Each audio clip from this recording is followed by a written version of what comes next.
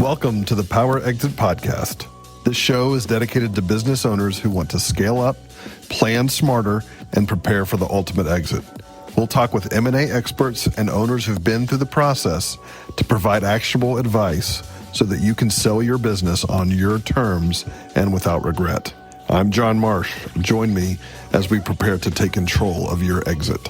All right, Phil, thank you for being here as a guest on the Power Exit Podcast. I'm thrilled to have you. It's a unique situation here. I'm lucky that we get to talk to former clients about their experience. And I'm also lucky that some of those clients become friends, and I'm grateful for that and our relationship. So the goal of today is really just to tell your story. We want to hear about and kind of the impetus for the sale, why you decided to go to market, how that process was. A lot of business owners come to me and think, oh, I'm going to sell my business. It's going to be easy. And it's just not. And we had some unintended things that came up, a global pandemic in the middle of our transaction, which was obviously not ideal, but we got through it. So again, thank you for being here. I want to start with, just tell us your story. I coach my clients that when we go to market, we talk about the three parts of the story: the business you founded, what problem you solved then, where the business is today or when you were going to market, and then what the growth story is for the business. And I feel like InfoTank had a compelling story on all three of those. So we'd love to hear from you on kind of the history of the business, what problem you solved, who you served, and why you decided to go to market. Well, sure.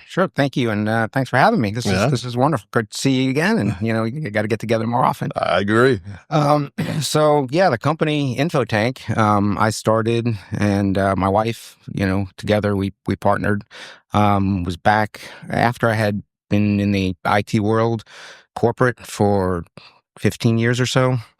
Had moved here from the New York area in order to, expand my career with the company I was with. And then that company was moved to another company, and that was purchased, and they wanted me to move to Texas. And I had already put down roots, wasn't going to move the family again. So we took. And you don't look good in a cowboy hat. And I don't look good in a hat. I'm too short.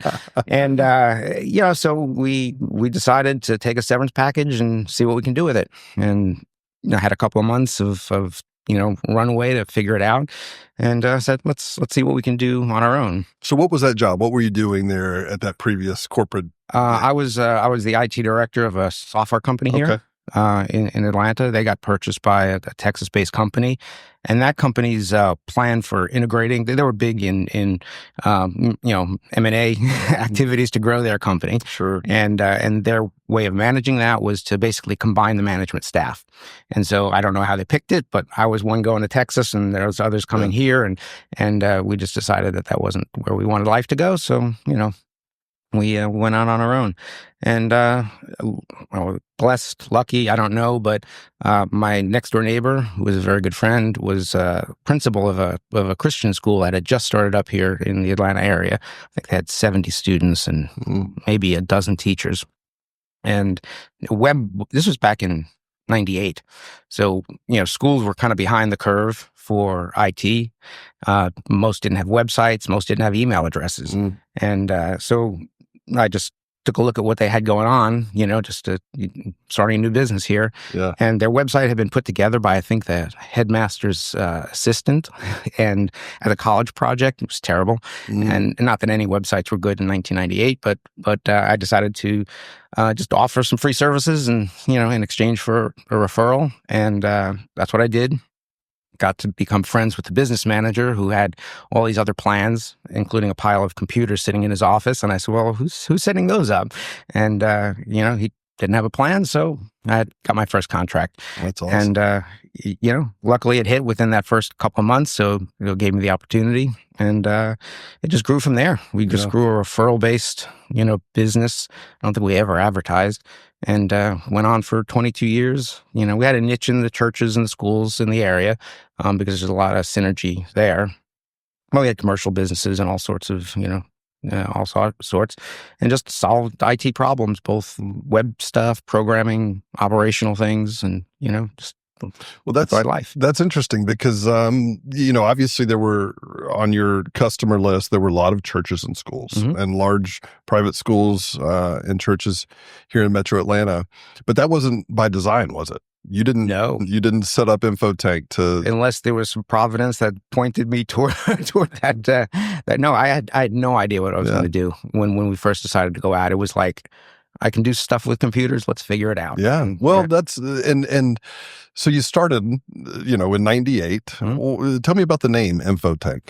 It was funny because I was sitting at a company that I was with, knowing that this job was going away and I was going to need to move, and I was literally on GoDaddy looking for interesting names for a tech company, and that one popped up, and I reserved it, and it became the name. That's awesome. Well, I'll share. I was struggling with the name for my firm as well, and I had a business coach tell me it needs to have your name in it, and I was against that, but I had a marketing firm helping, and I didn't like any of the names there, so we drive over Marsh Creek on the way to school every day, and my 12-year-old, now 12, decided, Dad, that's the name. So that's how we came up with it. So sometimes it's out of our control, and it works out. So that's great. So you grew the business, right? So in '98, you started, you and your wife, who was still involved at the time that you sold the business. But tell me about the journey from '98 to 2020 when you decided it was time to sell. Like, what did you do to build the business? What were the key employees, and how did you scale it? So, it all sort of, I'm a big relationship guy, which is probably why you and I work together. Yeah. And so really all the clients we brought on board and employees we brought on board were the result of some relationships. So, my first employee, a guy named Ray, who, was a musician at the time and was hired by a studio to redo a website. And so the studio hired me to come in and do some teaching and teach all these, there's like half a dozen folks on some of the technology involved and how to build it. And although he was a musician, he had some background in technology, and he just took to programming.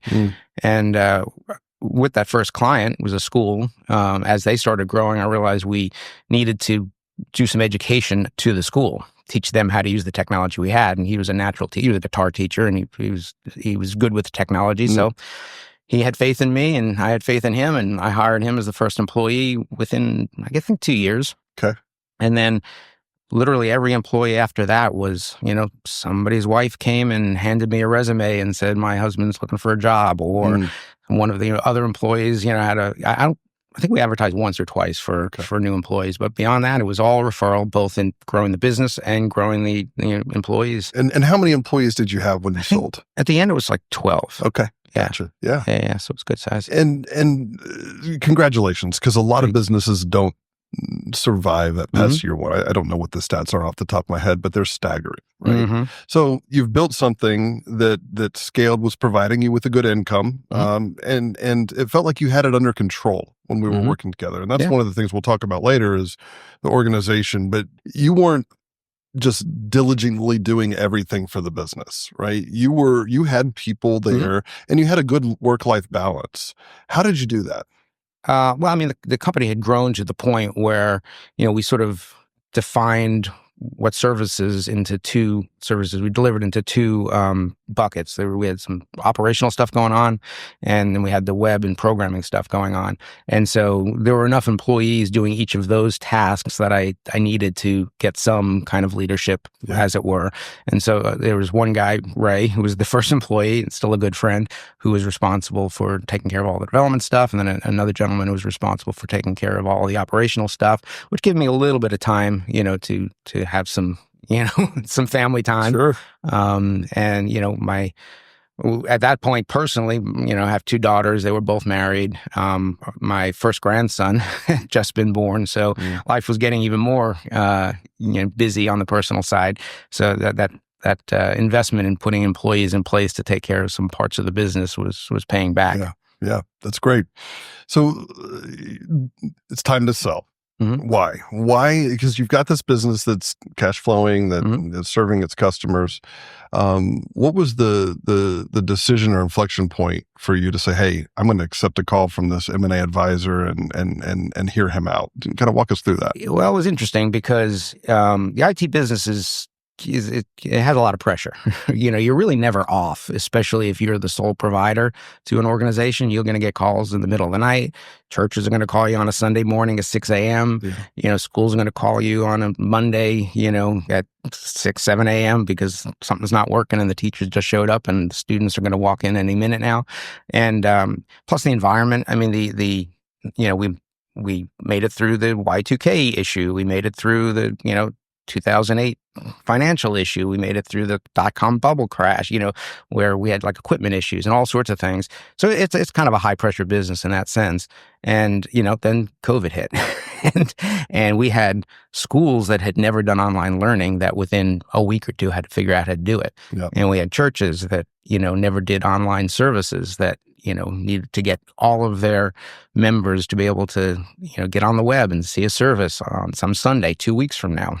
Right. And we got through all that, and but it kind of wore me out. Yeah, yeah. and my wife saw it. There was a lot of stress, and we'd been doing this for 22 years at that point, and just lo and behold, some guy named John just contacts me out of the blue and said, "Hey, do you ever think about what your company might be worth?" And I said, let's figure it out. Yeah, yeah. And so it was more just a evolution of where things should have gone. Sure. Well, and timing matters a lot, right? Mm-hmm. And most everything we do in life, timing is a big factor. So why Marsh Creek? Why hire a firm like mine or my firm specifically to help you navigate the process? I mean, it again, relationships are sort of big with me. I could have taken that, that call and said, "Oh, I guess my company's worth something," and here's this guy who's going to give me, some kind of an assessment and an offer. Let me shop for 2 more. But honestly, it's the same way I picked my real estate agent. It's the same way I picked my insurance agent. If I hit it off with the person and they seem to be knowledgeable and fair and they're doing what needs to be done, I've got more faith in the person and than I do in that I'm going to get the best deal that there is to be gotten.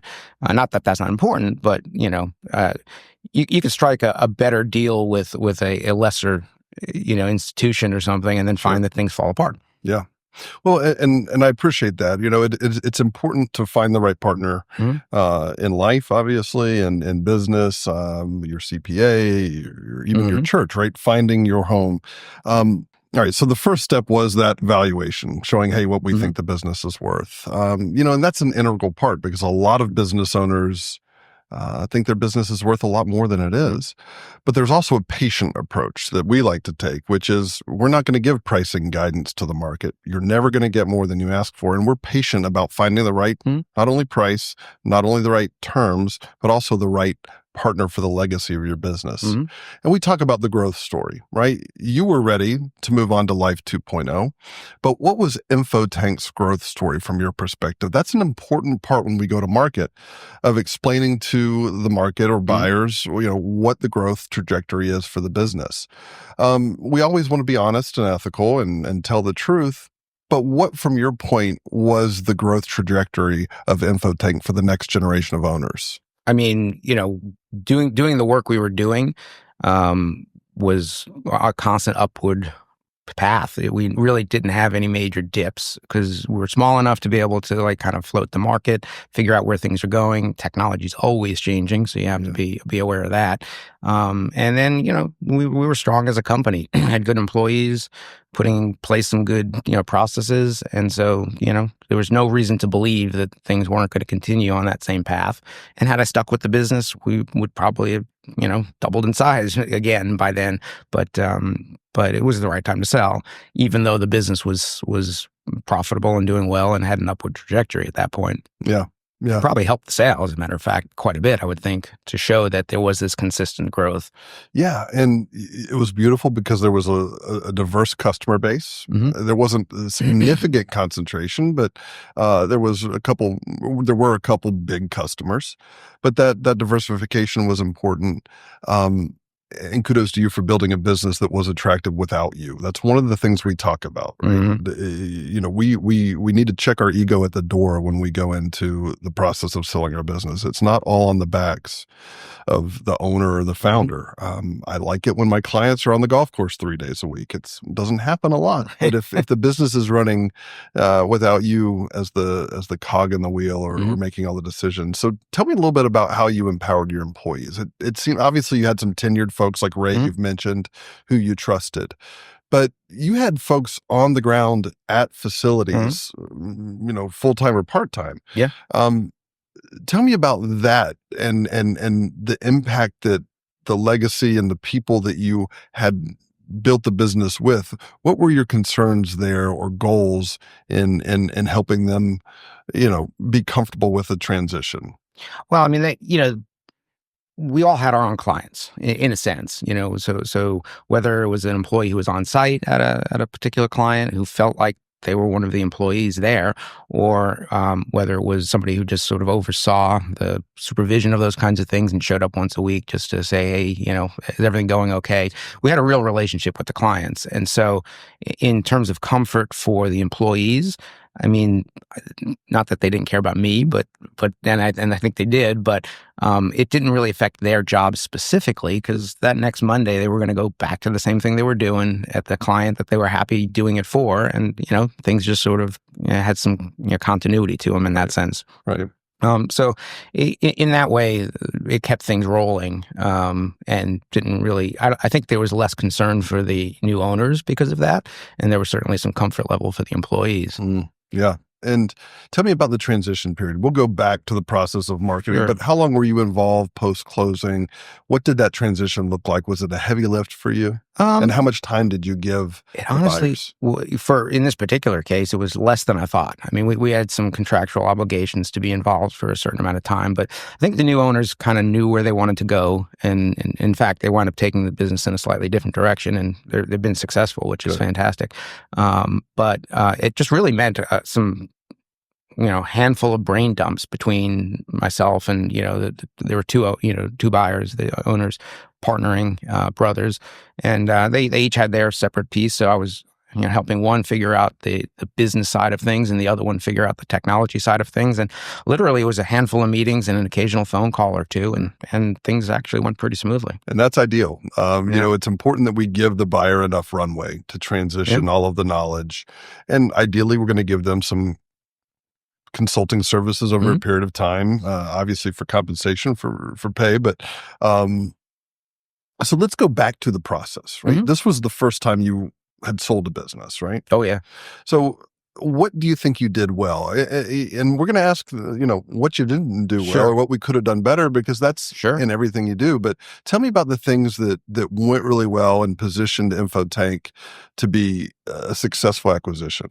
Well, I mean, I think not to, you know, to your own horn or anything, but I think we were a good business, and it was well managed, and we had you know, good players in place and good clients and relationships that went back decades, and so the stability of that, I think, sort of was, you know, helped quite a bit, and then just the fact that we kind of knew the numbers, you know, we knew what was going on. We knew, although I didn't know the value of the company, I did know, you know, what the company makeup was. And it was not hard to answer questions about, you know, what do we project this to be, or what contracts do we have here, or what are our costs with that, or that type of thing. It just adds to the stability of the whole situation. Yeah.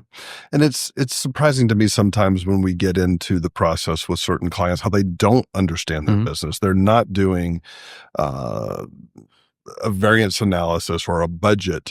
You were extremely diligent about your budgeting. Talk through that process, because candidly, that's not something a lot of business owners at this size do very well, is the budgeting. So you've inspired my wife and I to do some personal budgeting through the software you recommend. But so tell me a little bit about the organization, and I want you to go into that with the due diligence process too, because the due diligence process is intense. It's, you know, a 60, 90, maybe even 120-day period where they're asking everything. Mm-hmm. So you handled that really well Well, because thank you knew the business and you were very responsive. We say time kills deals. So Mm-hmm. tell us a little bit about that due diligence process, and was that what you expected? Was it more intense? Just kind of walk us through that. Well, I mean, in terms of just like running the company, I think a lot of businesses, and especially in the first couple of years, they're concerned about making money. They're concerned about getting clients. They're concerned about, the little battles, the short term ones. After a while, once things are going, or maybe if you've had other businesses prior or worked in larger organizations, you realize that this is just a machine, and you're feeding it employees, and you're feeding it money, and you're feeding it time, and you're getting out services or products or whatever you do for your clients, and the thing becomes just this operational machine after a while, and just like you're driving down the road and looking at your gas gauge and know how much further you can get on that trip to Florida, if you're not keeping track of your numbers and you don't know what your expectations are, you're looking to have a breakdown on the side of the road. And especially, like I said, the IT business is pretty a lot of pressure in some ways, and you got to overcome a lot of like obstacles that the environment throws at you. And the only way to really do that is to understand, how big a hill can we climb, and how long can we keep climbing this hill before there's an issue, and can we do this on cash, or do we have to do it on credit? All those kinds of decisions. After a while, you just know. And so I think, time more than anything gave me that knowledge. And then in the due diligence process, it was just an output of all that, right? So as you came up with questions about, what this report or what are these expectations, it wasn't that hard to pull those numbers together. I had to ask you what a pro forma was because I didn't even know what that was. Once you told me what it was and we needed to put those numbers together, I think I probably had it in a day or so. You did, yes. And that's music to my ears. In fact, if you want to come consult with Marsh Creek to help our other clients respond quickly, you Absolutely would be happy to do that. Could you have done this yourself? Could you have sold your business without an advisor?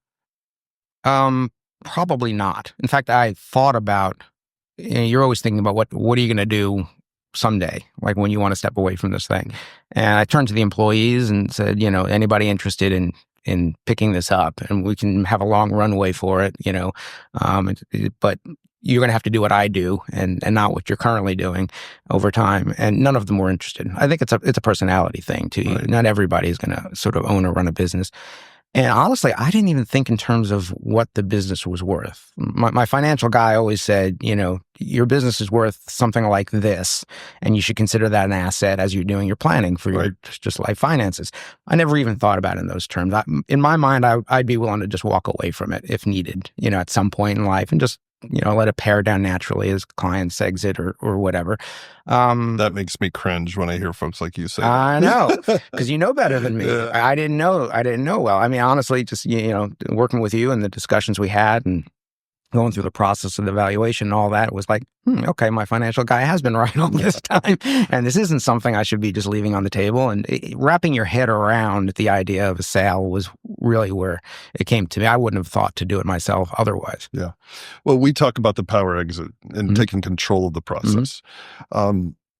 Let's talk a little bit about the competitive energy we saw. We had several offers. We had a ton of interest. Kudos to the business you built. Obviously, the IT space was, and still is, desirable.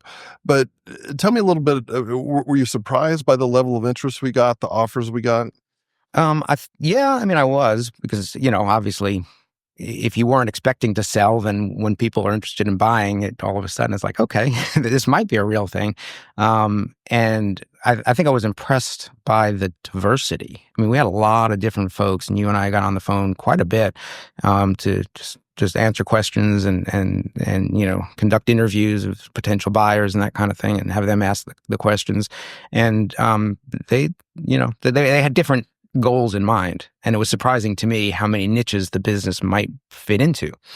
And and that's where the options come in, right? We want that's the fun part of this, where you've got a lot of suitors, a lot of folks interested in your business, but 50% of deals fall through post LOI. So we've got to gauge not only the price and terms, but the financial capacity of that buyer.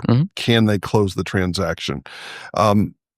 Tell me a little bit about, without naming names, who the buyer was, what their profile was, and why you were interested in selling to them versus some of the other Sure. interested parties we had. I mean, well, these were two brothers, I think, ex-military guys who were, had other careers going on, but decided they wanted to sort of partner up and buy a business. And they had done their research, and they knew what, they were good business people. They understood that part of it. And, it was going to be a partnership between them, which I honestly liked, because this business had been a partnership between my wife and I, and the employees we had were family at that point. And they had that same sort of vibe. I think it was kind of going to be a family thing for them. And they liked the idea that we were sort of a family business. And sort of wanted to take over that. In that sense, then it's not just selling to some cold purchaser who has a pocket full of cash and wants your business. It's somebody you feel like, wants to continue the tradition kind of thing. Yeah. That's interesting. That's an important part of what we do, right? And behind the scenes, we're qualifying or pre-screening those buyers, asking for approval letters, proof of funds, things like that. Sure. So it's important, and I'm glad it worked. It was a smooth transaction. It was pretty smooth. In the middle of COVID, sitting around your table at your house, 6 feet apart from each other. I don't think we wore masks. Don't tell Fauci. But point there is that I was surprised. There was a lot of uncertainty throughout the world at that point, and in a variety of industries. Why do you think your business sold during that time and was set up to sell versus others who were significantly struggling during that time? I mean, honestly, well, like you said, it's a desirable business. IT, was and continues to be. But it was also a time for change. Whenever there's change comes opportunity, right? That's the saying.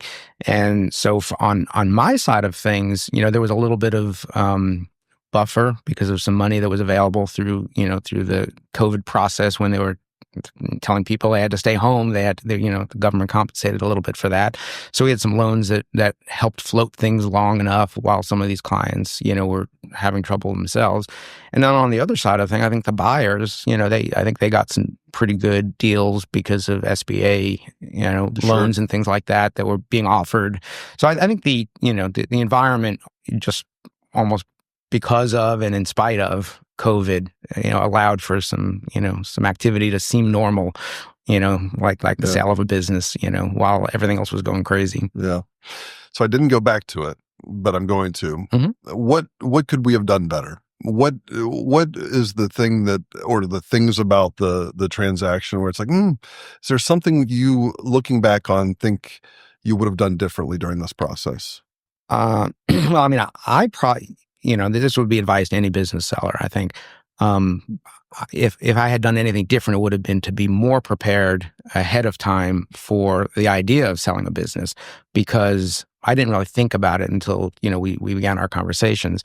And so, things like, our corporate structure really was not a good deal for me in the end, in terms of taxes and that kind of thing. The environment itself was allowing for the sale, but my ability to wrap my head around what I needed to do to prepare for such a thing, I didn't have any preparation. I didn't expect it. In terms of what we could have done better, I think everything went as smooth as could be. I did track down my own lawyer. I did track down a good accounting firm and got all those pieces in place. And luckily, I was able to find those partners at the same time, because they invaluable for being able to structure the deal. I think if I had thought about that kind of stuff ahead of time, we're not trying to hustle to like get reports to you guys and to figure out what to do. In the meantime, I don't have an accounting firm. My accountant flat out said, I don't do this kind of M&A stuff. So I'd find a new one. And, I never had a lawyer that structured these kinds of contracts or, review that. So those kinds of things probably become better. We joking, although it may not be a joke, we say lawyers and landlords kill deals. Oh, yeah. And when you came to me with your own attorney, there was some, a little bit of angst on my side, but he ended up being a pro. And somebody I refer to now who's in my network. Oh, so good. that was a good thing. Oftentimes, a client has a relationship with an attorney who's maybe done their wills, their estates, helped them with employment matters, and they're really not suited to do an M&A transaction. Luckily, you did your diligence in finding someone who was specific to business sales and knows how to get deals done. So Rob did a great job, and yeah, I mean that was also, again, back to relationships. He was recommended to be by my financial guy who I had known for years and years and years and years. And, Rob and I had shared some of the same interests and actually had some common friends. Those kinds of things just come together. And when they sort of naturally seem to come together, I just stand back and let them come together. Yeah. Well, so you were one of the few as well who really had a good vision for what was next for you. So I'd love for the listener to hear about what was next for you, and how you were able to emotionally separate from the business after that transition. It's something you built 22 years, right? And it was your blood, sweat, and tears over that time. Yeah. Was that a hard thing for you to say, hey, I'm going to give this to the next generation? I mean, after 22 years, you expect something to, to happen. You need an exit plan of some kind. And if you don't come up with an exit plan is going to happen to you at some point in your life. So I was thinking about those kinds of things and thinking about what kinds of things to do next. And probably for a couple of years, I was thinking about those kinds of things and, just exploring other options, just interests, things like that.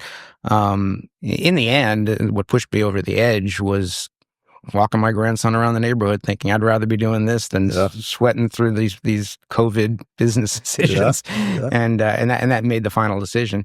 But I had already, been thinking about what to do next. And I had been doing some financial coaching. I thought I would spin that up and, that would be a nice little retirement thing to do. I've since started a woodworking business, and I'd take some old hobbies and interests and do something with them. And, that's sort of paved the way. You're one of my favorite Instagram follows, although you haven't been posting as much. No, I need to some more. All right. So what's your Instagram handle?